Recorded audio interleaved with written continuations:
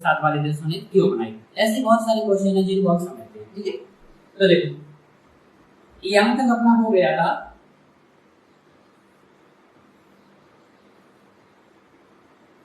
1914 to 1918 प्रथम विश्व युद्ध वर्ल्ड वॉर फर्स्ट स्टार्ट हुआ और एंड हुआ। इसमें क्या थे sir, allied power and central power, Britain, France, USSR and USA and Japan, और सेंट्रल पावर में थे आपकी Austria, Hungary, Germany, Italy. Okay, फिर होता है वर्ल्ड वॉर सेकेंड। कौन सा होता है वर्ल्ड वॉर सेकेंड, 1939 टू 1945, जिसको हम बोलते हैं वर्ल्ड वॉर सेकेंड, यानी द्वितीय विश्व युद्ध। कंडीशन को समझना है, ठीक है। इसमें एलिड पावर एंड एक्सियल पावर, एलिड समझ लो मित्र, जो फ्रेंड थे वो लड़ रहे थे, फ्रेंड एक साथ थे, मित्र देश एक तरफ और दूरी वाले देश एक तरफ। दूरी मतलब एक तरफ वो लोग जो लड़ने के लिए तैयार हैं, जैसे कि जर्मनी, इटली एंड जापान, ये तीनों हो गए।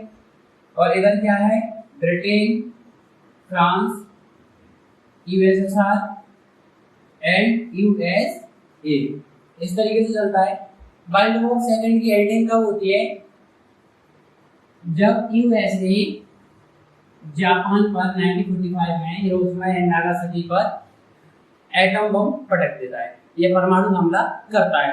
तब जाकर के क्या है, द्वितीय विश्व युद्ध समाप्त हो जाता है। एटम बम बहुत, परमाणु बम जब करेगा तो वहां सर्वनाशित होगा, विनाश हो जाएगा एक तरीके से, ये कंडीशन होती है, ठीक है। किसको, जापान पर। कुछ लोगों का कहना है कि अमेरिका ने गलत किया, क्यों, क्योंकि उनका मानना है कि जापान ने अल्टीमेटली सरेंडर कर दिया था कि भाई हमने तो हार मान ली, फिर आपने एटम बम क्यों फटा। फिर दूसरा तरफ ये भी हो सकता है शायद अमेरिका का पर्पस कि वो दुनिया को दिखाना चाहे द्वितीय विश्व युद्ध में कि हम दुनिया की महाशक्ति हैं, इकोनॉमिक पावर है प्लस सुपर पावर है। तो आपके पास अगर कोई चीज आप उस ताकत को दिखाना चाहेंगे, सामने वाला मतलब हार गए लेकिन आप फिर भी उस पर अटैक कर रहे हो, यानी आपका पर्पस क्या है कि हम दुनिया को ये दिखा सके कि हमने एटम बम जापान पर पटकाए, जिससे दुनिया के और कंट्री भविष्य में हमसे लड़ने से पहले सोचें कि अमेरिका से लड़ें कि नहीं लड़ें, ठीक है। यहां तक ध्यान रखना, दो बात समझ आई। जैसे ही वर्ल्ड वॉर सेकेंड एंड होता है, the beginning of from 1945 to 1991, और यहां से स्टार्टिंग हो जाती है शीत युद्ध की, यानी शीत युद्ध का दौर, इसको बोलते हैं इंग्लिश में cold war. Okay, it means the beginning of cold war from 1945 to 1991, 1991 तक चलती। कब से, 1945 से। पहले वर्ल्ड वॉर लड़ लिया, फिर वर्ल्ड वॉर सेकेंड में लड़ लिया, फिर ही बैठे हैं, तो वर्ल्ड वॉर के बाद क्या है, कोल्ड वॉर की शुरुआत हुई। अब कोल्ड वॉर क्या है, पूरी जो दुनिया है ना, उस दुनिया में बहुत सारी कंट्री हैं, लेकिन सबसे पावरफुल कंट्री जो थे वो दो कंट्री थे। एक था यूएसएसआर।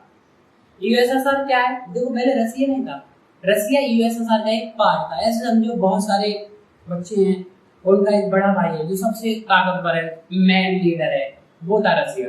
यूएसएसआर में 15 देश थे, जिसे स्टीबिया, लातविया, लिथुआनिया, बेलारूस, यूक्रेन और Belarus, Moldova, Kazakhstan, Kyrgyzstan, Tajikistan, Turkistan और तुर्कमेनिस्तान और रसिया, ये 15 देश थे। इन 15 देशों 14 देशों से मिलकर बनता था, 14 देश थे टोटल। इन 14 कंट्री से मिलकर क्या बनता है, ये यूएसएसआर। तो पहले बहुत बड़ा था, तो इसकी लड़ाई ध्यान समझना, यहां से दुनिया दो भागों में बटेगी। जैसे ये आता है, ध्यान समझना, ये नॉर्थ पोल है और एक साउथ पोल है, ये ईस्टर्न वर्ल्ड है और ये वेस्टर्न वर्ल्ड है। ओके, तो यहाँ से जो ईस्टर्न वर्ल्ड है ना, ईस्टर्न क्या है, इधर साइड की, ये हो गई यूरोप, एशिया वालों की, यानी ये हो गई यूएसएसआर, ठीक है, और वेस्टर्न वर्ल्ड हो गई यूएसए, यानी पश्चिम की दुनिया अमेरिका की और पूर्व की दुनिया यूएसएसआर की, ठीक है, क्लियर। इसका मतलब क्या होता है, कहने का सेंस ये है कि अब जो यूएसएसआर है ना, इधर के पूरे देश यूएसएसआर के साथ हो भाई, हम तेरे साथ किसी भी कंडीशन पर नहीं छोड़ेंगे। और उधर वेस्टर्न वाले अमेरिका के साथ कि भाई हम तेरे साथ हैं, जैसे ब्रिटेन, फ्रांस, जर्मनी सब इधर ही थे अमेरिका के साथ। तो जब दो कंट्री डिवाइड हो गए, पावरफुल कंट्री, तो छोटी छोटी कंट्री है वो इनके साथ जुड़ गए, ठीक है, या इन्होंने जबरदस्ती कैप्चर कर लिया। इसकी वजह से अब दुनिया में दो कंट्री हैं, ये वही करेंगे जो ये चाहेंगे। अब इनको वेपन्स वगैरह बेचना है, सेलिंग करना है और अपनी ताकत का भी प्रयोग करना है या अपनी पावर को दिखाना है, तो ये क्या करेंगे? सीधी सी बात है, mature people can not fight in two fronts. जो मैच्योर पीपल होते हैं या कंट्री होते हैं वो कभी भी दो साइड एक साथ नहीं लड़ते हैं। जैसे जर्मनी वर्ल्ड वॉर सेकंड में क्या है, एक तरफ रसिया से लड़ रहा है, दूसरी तरफ ब्रिटेन से लड़ रहा है, तो हार गया। लेकिन मैच्योर समझदार लोग क्या एक टाइम पर एक ही काम को करेंगे और लड़ाई लड़ेंगे तो एक ही जगह लड़ेंगे, तो एक लड़ते रहेंगे लेकिन दुनिया को लड़ा देंगे, वेपन सप्लाई करते हैं। जैसे आज की कंडीशन है कि यूक्रेन है ना, ये वही यूक्रेन है जो यूएसएसआर से अलग हुआ था, यानी रसिया का या यूएसएसआर का पार्ट था, और आज उसी रसिया से लड़ रहा है, उसी के कंट्री से। तो ये सब लड़ाई होती रहती है क्योंकि ये क्या कंट्री एक दूसरे को सपोर्ट करते हैं और वो चाहते हैं कि लड़ाई हो, ठीक है। वर्ल्ड पॉलिटिक्स की अगर बात करें आप इंटरनेशनल रिलेशन, तो यहाँ से दो कंट्री निकल के आए, यूएसए और यूएसएसआर। अब एक बात ध्यान रखना है यहाँ से जो आपको समझना है कि जो यूएसएसआर है ना वो किसमें बिलीव करता है, किसमें? सोशलिज्म। एक वर्ड आपको ध्यान रखना है, हिंदी में समाजवाद। क्या है सर? समाजवाद, ठीक है। यूएसएसआर में कौन सी पॉलिसी है? समाजवाद की। हमारा देश भी समाजवाद है, ठीक है, सोशलिज्म। और अमेरिका में कौन सी पॉलिसी थी? कैपिटलिज्म, अर्थात पूंजीवाद।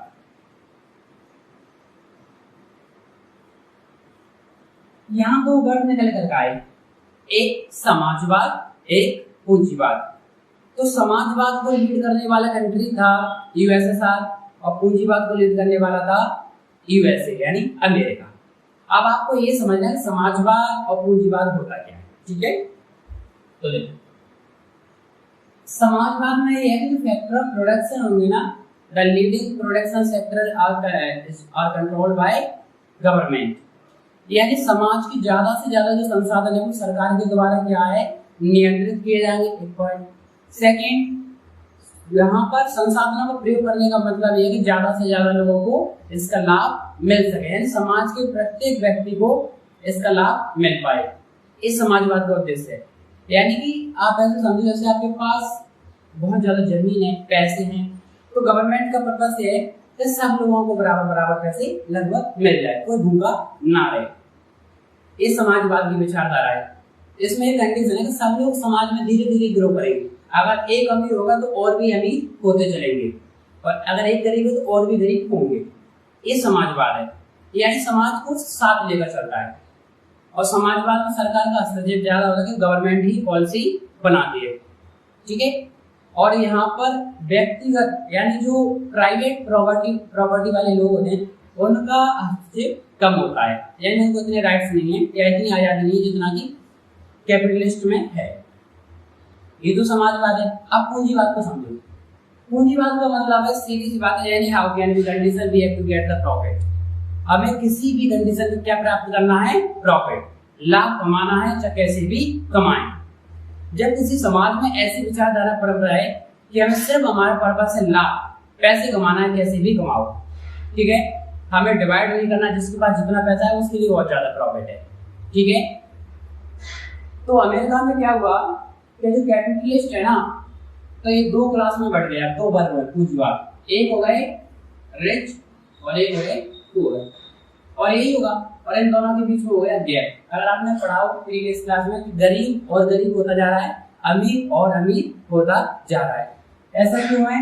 क्योंकि पूंजीवाद की जो विचारधारा है उसमें क्या है, जैसे मान लो पैसे वाले लोग हैं, अमीर लोग हैं, बिजनेसमैन, उनके पास तो पैसा है, गवर्नमेंट भी सपोर्ट करेगी उनको, और वो निजी कंपनी के निजी मालिक है, स्वयं अपने हिसाब से नियम कानून बनाएंगे अगर उनको लगता है कि मैं लेबर की जो वेजेस है सैलरी को कम रखूंगा, मान लो 500 या 200 रखूंगा, वो रख सकते हैं प्राइवेट वाले, लेकिन गवर्नमेंट में ऐसा करेंगे तो हड़ताल कर देंगे लोग का। लेकिन यहाँ तो कोई नहीं कर सकता। लेकिन अमेरिका में क्या है, इकोनॉमिक पावरफुल था, पैसे पहले से इनके पास थे, और यूएसएसआर का एग्रीकल्चर बेस्ड कंट्री था। इंडस्ट्रियल रेवोल्यूशन जो हुई, इंडस्ट्रियल की प्रोसेस बाद में आई यूएसएसआर में, लेकिन यूएसए बहुत पहले से मैच्योर था, समझदार था। तो इसने क्या किया, इंडस्ट्रियल जो रेवोल्यूशन उसका फायदा उठाया और बहुत सारी फैक्ट्री सेटअप कर दी खुद के देश में। अगर फैक्ट्री आप सेटअप करोगे ना तो क्या होगा, आपको कच्चा माल चाहिए, रॉ मटेरियल, और फिर प्रोडक्शन होगा तो पूरी दुनिया में आप क्या है, गुड्स प्रोवाइड करोगे, सामान, जिससे आपके पास पैसे आएंगे तो पैसे कमाओगे। तो अमेरिका के लोग ज्यादातर कैसे हो गए, रिच, अमीर हो गए। अब आप बात को समझना, समाजवाद वाले लोग अभी भी पीछे हैं, थोड़ी सी परेशानी फील कर रहे हैं, और पूंजीवाद वाले लोग धीरे धीरे और अमीर बनते जा रहे हैं। ठीक है, और दोनों के साथ कंट्री जुड़े हुए हैं, यूएसएसआर के साथ भी हैं और अमेरिका के भी साथ हैं। बात को समझे।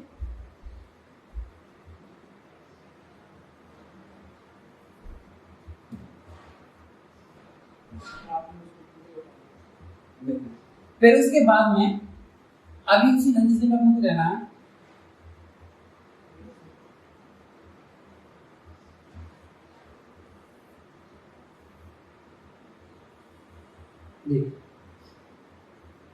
सर एक तरफ कौन था, यूएसए, एक तरफ यूएसएसआर, ठीक है, एक तरफ अमेरिका है, एक तरफ रसिया है। यहाँ क्या है, अमेरिका में कैपिटलिस्ट यानी पूंजीवाद, और पूंजीवाद का मतलब क्या है, हमें किसी भी कंडीशन में क्या चाहिए, प्रॉफिट, हमें ज्यादा से ज्यादा लाभ कमाना है। और समाजवाद का मतलब ये है, यूएसएसआर क्या है, समाजवाद, और इनका पर्पस है कि भले पैसे कम मिल जाए, सरकार को भी पैसे कम मिले, लेकिन हर व्यक्ति तक वो उसका लाभ गवर्नमेंट की पॉलिसी का पहुंच पाए। ठीक है, जैसे हमारे इंडिया में भी है, आज भी आप देखिए इंडिया के 90% लोगों के पास जितना इकोनॉमी है ना, उतना इंडिया के 10% लोगों के पास है। मतलब 10% लोगों के पास इतना पैसा है जितना भारत की 90% लोगों के पास है। ठीक है, 2 से 3 हजार लोग ही हैं जो कि 1000 या करोड़पति जो लोग होते हैं, मतलब जैसे 1000 करोड़ रुपए, 2000 करोड़, 10,000 करोड़ रुपए, ऐसी की लिस्ट में 2000 लोग से ज्यादा आते हैं, 2-3 हजार, उन्हीं के पास पूरा पैसा है हिंदुस्तान। तो ऐसा ही सिस्टम यहाँ चल रहा है, यूएसएसआर और यूएसए। तो इसको बोला गया फर्स्ट, पहली दुनिया, और इसको बोला गया दूसरी यानी सेकेंड वर्ल्ड। समझे। तो दुनिया में बहुत सारे कंट्री है, लेकिन पावरफुल कंट्री से 2 हैं, यूएसएसआर और यूएसए। ठीक है, ये दोनों के पास पावर है, ये दोनों अपनी पावर का यूज कर रहे हैं। कब से कब तक, 1945 से लेकर के 1991 के बीच की बात है, इस टाइम पीरियड की बात मैं कर रहा हूँ। ठीक है, इसी टाइम पीरियड में एक बात और भी है, जब वर्ल्ड वॉर सेकेंड की एंडिंग होती है ना, उसके बाद जब सीरियस स्टार्ट होता है, कोल्ड वॉर यानी सीरियस,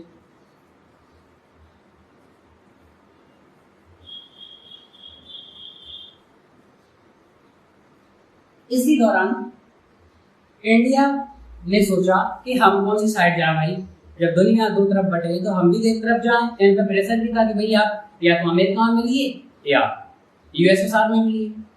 लेकिन बहुत अच्छा काम किया इन लोगों ने, इंडिया या ब्रॉड कंट्री ने।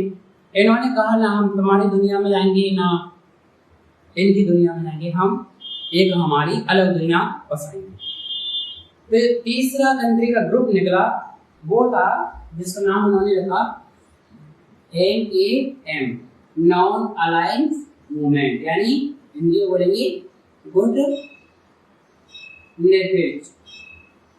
अब गुट निरपेक्ष का मतलब ये नहीं है कि हमें तुमसे मतलब नहीं है, दुनिया से मतलब तो है, लेकिन हम हर कंडीशन से आप तटस्थ रहे। जैसे 2 लोग लड़ रहे हैं तो ऐसा जरूरी नहीं कि हमें पार्टिसिपेट करना पड़े कि भाई ये के साथ तो हम लड़ेंगे, ऐसा जरूरी नहीं है, हमारी इच्छा है। हम चाहे तो शांत भी करा सकते हैं, हम चाहे तो लड़ भी सकते हैं, लेकिन हम तटस्थ रहेंगे। जैसे आप रास्ते में जा रहे हो, दो लोग लड़ रहे हैं, एक तो कंडीशन है कि आप बचा लो उनको, दूसरी कंडीशन उल्टी भी हो सकती है, शायद आपको पीट दे, बोले हम तो दोनों लड़ रहे हैं, तुम्हें क्या मतलब, हम तो ऐसे ही लड़ रहे थे, हो सकता है ना। तीसरा ये भाई तुम लड़ रहे हो, तुम लड़ते रहो, हम हमारे काम से मतलब रख रहे हैं, ठीक, तो तटस्थ रहेंगे अपन। अब वर्ल्ड वॉर सेकंड हो थर्ड हो हमें कोई फर्क नहीं पड़ता, हम आजाद हैं। अब ऐसे कंट्री कौन थी, गुडविल चांबरलाइन आया, क्योंकि इसकी बैठक हुई 1956 में, 1956 में। कौन कौन से कंट्री पूछना, मैं शॉर्ट में लिख देगा समझ जाना, ठीक है। इंडिया, इंडोनेशिया, इजिप्ट यानी मिस्र, और घाना और यूगोस्लाविया। कितने अगर 5 हुए ना, ये 5 देश हैं, भारत, यूगोस्लाविया, मिस्र, इसी का नाम है इजिप्ट इंग्लिश में, ठीक है, और घाना और यूगोस्लाविया, ये 5 कंट्री थे। एक बात ध्यान रखना, हमारा पड़ोसी कौन है, इंडोनेशिया। बाकी ये तीनों कंट्री है ना, 2 कंट्री है अफ्रीका कॉन्टिनेंट यानी अफ्रीका महाद्वीप से, और एक है यूगोस्लाविया जो कि यूरोप कॉन्टिनेंट से था। इन 5 लोगों ने मिले और उन्होंने एक मीटिंग की 1956 में, और 61 में इनकी पहली बैठक होती है, और इन्होंने बनाया नॉन अलाइंस मूवमेंट यानी गुटनिरपेक्षता, जिसको बोला गया थर्ड वर्ल्ड, दुनिया की यानी तीसरी दुनिया। ये बात समझे, तो इंडिया वाले लोग समझदार निकले भाई। इनमें मैन हीरो थे एफ ब्रॉन्ज टीटो, टीटो नेता थे यूगोस्लाविया के, ठीक है, और अब्दुल नासिर थे इजिप्ट के, और इंडिया के थे पंडित जवाहरलाल नेहरू। इन तीनों नेताओं ने बैठ के बातें की और बोले कि हम ना तो अमेरिका के साथ जाएंगे ना ही यूएसएसआर के साथ, तो हमें एक अलग दुनिया बनाना है। उसका सपोर्ट किया और इन लोगों ने अपनी मीटिंग की, और उसका पर्पस ये रहा, ये लोग आसानी से इन्होंने अपना क्या गठबंधन बनाया और तीसरी दुनिया गुटनिरपेक्षता बन गई। इसका मतलब ये है कि अब कोई भी लड़ाई होगी ना तो हम तटस्थ हैं, ऐसा कोई प्रेशर नहीं है कि हम तुम्हारे साथ जरूर लड़े, ठीक है। शांति संबंध के लिए हम आगे आ सकते हैं, ठीक है, यहाँ तक समझे। अब देखो, उसी दौरान एक इंसिडेंट और होगी, वो आपको समझना है, ठीक है। 1949 यहाँ पर क्या बनता है, नाटो। नाटो एक बहुत सारे यूरोप के देशों का एक समूह है, नॉर्थ अटलांटिक ट्रीटी ऑर्गेनाइजेशन, ठीक है, उत्तरी अटलांटिक संधि संगठन है। इसमें शुरुआत में 12 देश थे, 1949 की बात है, 1949 की। फिर यही संगठन बहुत आगे बढ़ा, बहुत बड़ा हो गया। अब इनका पर्पस क्या था समझ रहे हो, इनका कहना ये था यूरोपियन देशों का कि अगर हम में से किसी एक पर कोई अटैक करता है, एक देश पर अगर कोई अटैक करेगा तो हम पूरे के पूरे नाटो में जितने भी है ना सब मिलकर उसको धो देंगे, जिसने अटैक किया उसको पीटेंगे सब लोग मिलकर। कितना अच्छा है, मतलब उनके लिए कितना अच्छा है, एक की लड़ाई हो गई सब मारेंगे। कंडीशन ये भी हो सकती है एक वैसे ही लड़ जाए फालतू और दूसरे देश की गलती नहीं है और ये लड़ गए, तो ये तो सब उसको पीटेंगे सामने वाले को।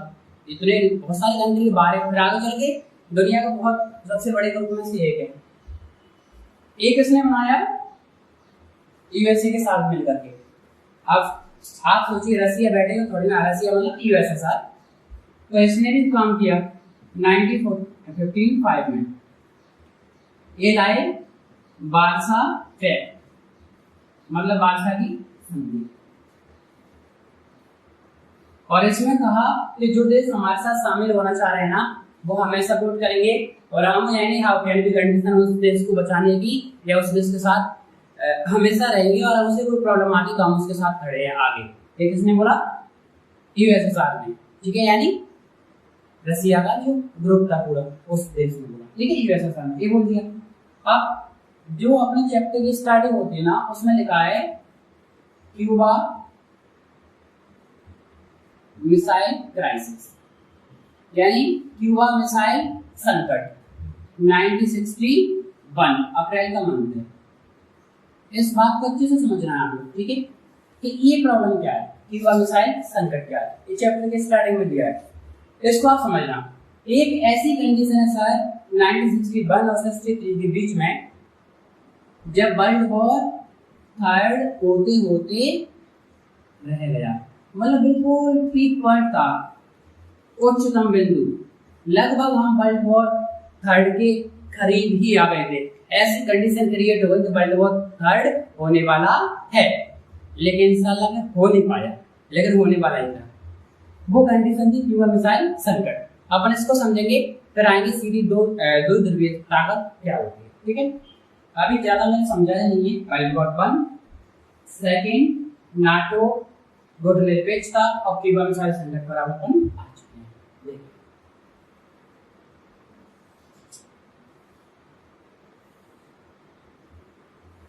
होता क्या है,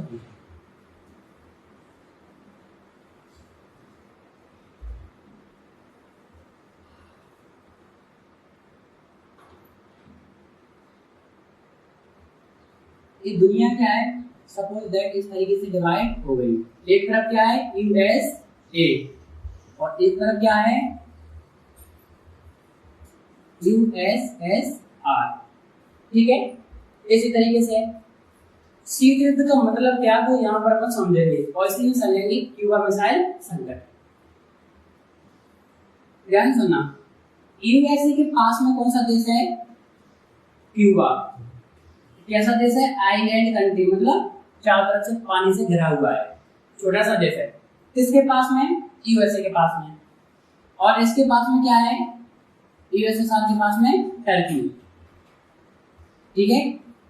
अब अपने अपने क्या गुप्तचर बिठाएंगे, मतलब अपने अपने गुप्तचर बिठाना। गुप्तचर को मतलब समझ लो कि खुफिया एजेंसी वाले लोग हैं, ऐसे देश जो हमें जानकारी इंफॉर्मेशन लीक करके दे सके। तो देखिए गुप्तचर, यूएसए में क्या है, यूएसएसआर के पास में, अमेरिका ने यूएसएसआर के पास में एक टर्की एक देश है, तुर्की बोलते हैं इसको। इसको समझाया, थोड़ा दूर है लेकिन उधर ही है। यहाँ पर क्या किया, सैन्य बेस बनाया, मतलब सैन्य अड्डा, मतलब हथियार वगैरह रखने के लिए, ठीक है, ये बनाया। तो ये किसके पास में, यूएसएसआर के पास में। अगर लड़ाई होगी तो यहाँ से अटैक कर देंगे यूएसएसआर पर।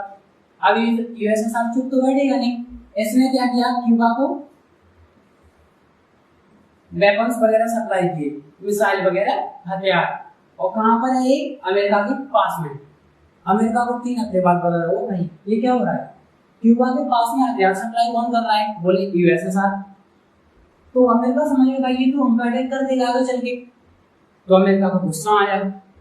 तो यूएसएसआर बोला कि भाई तुमने भी तो इधर रखे है ना हथियार वगैरह हमारे पास में, तुम भी तो अटैक कर सकते हो। बात तो समझना, ये दोनों बिल्कुल कभी नहीं लड़ेंगे, ध्यान रखना, कभी भी नहीं लड़ेंगे, लेकिन आपस में लड़ाएंगे, ठीक है। और ये दोनों छोटी छोटी कंट्री आपस में पिसेंगे, यही मरेंगे। तो देखो, तो यूएसए ने, टर्की यूएसए का कैंडिडेट है और क्यूबा यूएसएसआर का कैंडिडेट है। इस कंडीशन में यहाँ पर 3 व्यक्ति थे। क्यूबा के जो राजा थे ना, वो थे Fidel Castro. Fidel Castro was the king of Cuba. और यूएसएसआर के जो हेड थे उस टाइम पर वो थे निकिता क्रुश्चेव। ये 3 नेताएं एग्जाम में आ सकता है, तो आपको ध्यान रखना है। और एक तरफ थे जे एफ कैनेडी। ये 3 बड़े नेता थे, एक यूएसएसआर के थे क्रुश्चेव और एक यूएसए के थे। अमेरिका के कौन थे, प्रेसिडेंट जे एफ कैनेडी। और क्यूबा के जो वहां के महाराज थे या शासक थे, उनका नाम था फिडेल कास्ट्रो। ये तीनों, और एक था क्यूबा की इंसिडेंट। तो क्यूबा में क्या मिसाइल वगैरह रख दी, अमेरिका ने इसका विरोध किया, ऐसे कैसे रख दो हमारे पास में। तो यूएसएसआर बोला तुम यहाँ से हटा लो, हम यहाँ से हटा लेंगे। ऐसी कंडीशन में इतना घमासान लड़ाई हुई इनके बीच में, लगने लगा कि वर्ल्ड वॉर तीसरा स्टार्ट होने वाला है। क्योंकि देखो एक तरफ यूएसएसआर, एक तरफ यूएसए, एक तरफ क्यूबा। कंडीशन समझ रहे हो, कुछ भी बात नहीं है। अगर आगे एग्जाम में कैसे क्यूबा मिसाइल संकट क्या है, 1961 में अप्रैल के महीने में यूएसएसआर ने क्यूबा देश में, जो कि एक आइलैंड कंट्री है, चारों तरफ से समुद्र से घिरा है श्रीलंका, उसने उस देश जो कि अमेरिका के पास में है, वहां पर क्या है, यूएसएसआर ने हथियार सप्लाई कर दिए और मिसाइल सप्लाई कर दी। कहां रख दी? यूएसए के पास में, क्यूबा में। तो यूएसए ने इसका विरोध किया, तो यूएसएसआर ने कहा कि आपने टर्की में भी तो रखा है। तो इस कंडीशन में दोनों के बीच में युद्ध जैसी कंडीशन बन गई और 1962 और 63 के बीच में ये दौर इतना पीक पॉइंट पर पहुंच गया कि लगने लगा कि वर्ल्ड वॉर तीसरा स्टार्ट होने वाला है, लेकिन वर्ल्ड वॉर थर्ड स्टार्ट नहीं हुआ। यही था क्यूबा मिसाइल संकट। Are you understand my dear? Okay, ये समझ में आई बात? क्लियर है? आखिरकार देखो लड़े नहीं है, अपने अपने सैनिक वापस बुला लिए। उन्हें पता लड़ेंगे तो हम ही पटेंगे, क्यों नुकसान करना चाहिए। ठीक है,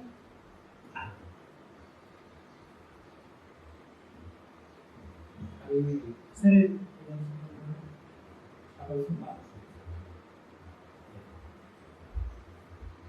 अब लगभग 1945 से 1991 इस दौर में हम चल रहे हैं और इसी दौर का नाम है शीत युद्ध का दौर। ठीक है,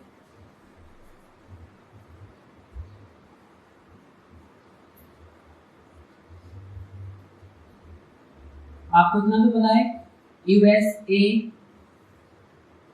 और यूएसएसआर, ठीक है, ये पहली दुनिया है और ये दूसरी दुनिया है। यूएसए फॉलो करता है किसको?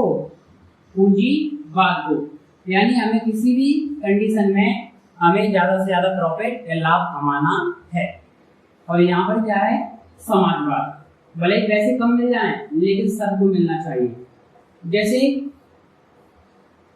अब इन दोनों कंडीशन को हमें ये सोचना है शीत युद्ध हो क्यों रहा है। दूसरी बात ये है कि जो यूएसएसआर है ना, ये ब्रेक कैसे होता है, मतलब ऐसी क्या कंडीशन है, दुनिया के सबसे पावरफुल महाशक्ति आप बन चुके हो लगभग यूएसए के साथ, तो फिर आप ब्रेक डाउन क्यों हो रहे हो, टूट क्यों रहे हो। जहां से कोल्ड वॉर की एंडिंग होगी 1991 में, वहीं से अपनी बुक का नाम है मॉडर्न वर्ल्ड पॉलिटिक्स, आधुनिक विश्व की राजनीति, उसकी शुरुआत होती है। कहां से? जब अभी एक बात समझना, दो देश हैं तो इनको ध्रुव बोला गया है, पोलर, बाइपोलर, इसको इंग्लिश में क्या बोला गया? बाइपोलरिटी।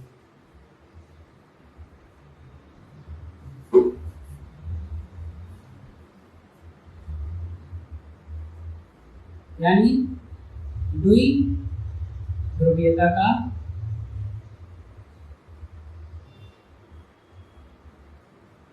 आरंभ या प्रारंभ, मतलब पूरी दुनिया में दो देश थे, उसका प्रारंभ कैसे हुआ वो मैंने अभी आपको बता दिया था कि एक तरफ अमेरिका है, एक तरफ यूएसएसआर है, फिर तीसरा जो देश आया वो था नाम, यानी गुटुंबेश, जिसमें भारत और भी उनके साथी देश थे। ठीक है, अभी क्या है, दो ध्रुव का मतलब समझ लो, एक पोल ए रहा, एक पोल ए रहा।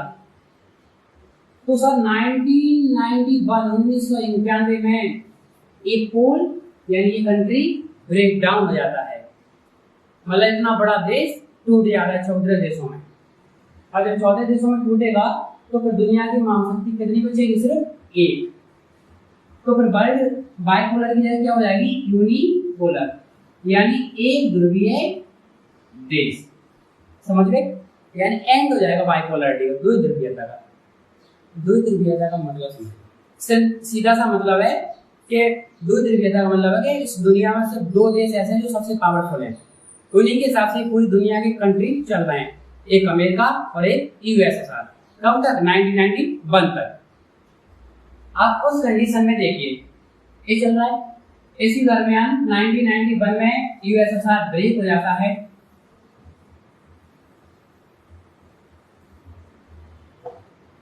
और यूएसए साथ में ब्रेक हुआ ना 1991 में। कैसा था? समाजवाद वाला देश था। कब होता है? 1991 में। तो बहुत सारे कंट्री है जिनमें ब्रेक डाउन हो गया, जिसमें से सबसे पावरफुल जो कंट्री था वो था रसिया, जो कि इनको लीड कर रहा था पूरे देश में। ठीक है, इसी की कैपिटल कहाँ है? रूस की मॉस्को। वहां से ये पूरा सिस्टम चल रहा था। अब जो कंट्री अलग हुए थे वो कौन थे? जो मैं अभी बताया था, stevia, Latvia, Lithuania, Kazakhstan, Kyrgyzstan, Kazakhstan, Turkmenistan, Uzbekistan और इसके साथ ही मोल्डोवा, यूक्रेन, बेलारूस और रसिया। ये 14 देश थे जो कि अलग हुए। इनमें सबसे मेन कौन सा था? रसिया। तो 14 देश अलग हो जाने के बाद जो सबसे पावरफुल बचा वो था रसिया, जो आज भी पावरफुल है। ये बात समझे? तो यहाँ पर किसका एंड हो गया? ध्रुवीयता का। मतलब जो दो ध्रुव थे ना पूरी वर्ल्ड की पॉलिटिक्स के, अमेरिका और यूएस का, उनमें से एक अब एंड हो गया। अब बचा सिर्फ अमेरिका। समझे इस बात को? चैप्टर में इतना ही इसमें दिया है। अब एक जो क्वेश्चन ये गुटनिरपेक्षता को अपनाकर हिंदुस्तान ने कैसा किया उस पर अपन जिक्र भी करेंगे। ओके, ये बात समझ में आई?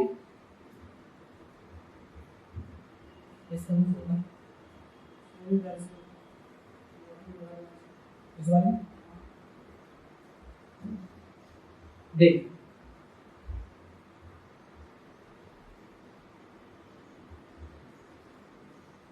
World war first, world war second, सी के यानी कोल्ड वॉर। छोटे छोटे बड़े जिसमें सुन नहीं है नॉर्मल। ये कब से कब तक था? 1945 से 1991 तक।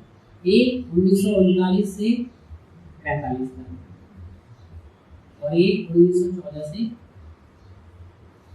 1900। ठीक है, एक बात ध्यान रखना, कोल्ड वॉर का मेन जो पर्सपेक्टिव था वो ये था, ध्यान रखना। नो